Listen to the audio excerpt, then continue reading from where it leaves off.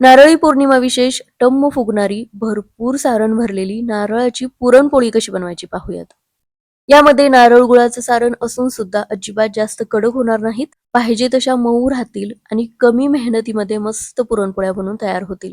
तर त्यासाठी 2 तास भिजवून घेतलेल्या चण्याच्या डाळीमध्ये मीठ, हळद, तेल घेतलं. पाणी घेऊन कुकरच्या 3 शिट्ट्या करून घेतल्या. शिट्ट्या होत आहेत तोपर्यंत एका भांड्यामध्ये 1.5 कप गव्हाचं पीठ घेतलं. यामध्ये थोडंसं मीठ घालून हळदीच्या पाण्याने घट्टसरच भिजवून घेतलं.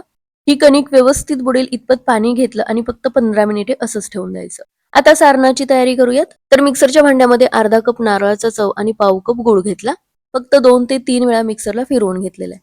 हे पहा, असं बारीक सारण तयार झालेलं आहे. 15 मिनिटानंतर कणिक पाण्यातून बाहेर काढली. आता पाणी अजिबात न वापरता अशीच मळून घ्यायची. थोडंसं तेल घेऊन फक्त 5 मिनिटे आपटून घ्यायची.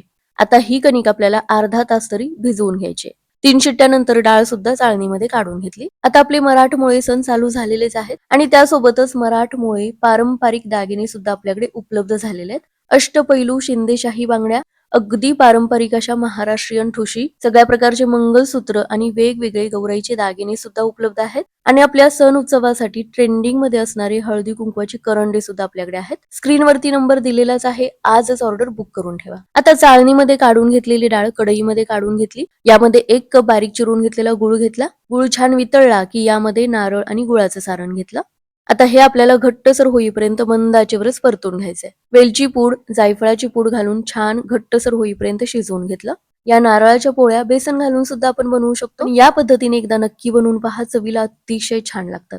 तर ही डाळ आता पूर्णपणे थंड झालेली आहे. याचं पुरण वाटून घेतलं. नारळ आणि गुळ मिक्सरला वाटून घेतलेला होता. त्यामुळे अगदी बारीक वाटला जातो आणि त्यामुळेच पोळी लाटून घेताना एकही पोळी तुटणार नाही. या वेळेमध्ये कणिक सुद्धा छान भिजलेली आहे. कणकेची अशी कन्सिस्टन्सी असेल तर पोळ्या अजिबात बिघडत नाहीत.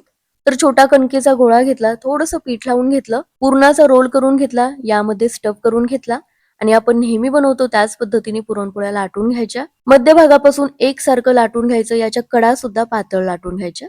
म्हणजे पुरण कडेपर्यंत व्यवस्थित पसरलं जातं आणि याचे काठ सुद्धा मग कच्चे राहत नाहीत. तुम्हाला आवडेल तितकं पुरण यामध्ये जरी भरून घेतलं तरी सुद्धा पुरणपोळी छान टम्म फुगेल. कारण कणकेची आणि पुरणाची कन्सिस्टन्सी परफेक्ट असेल तर पुरणपोळी अजिबात चुकत नाही. दोन्ही बाजूला थोडं थोडं तूप लावून घेतलं.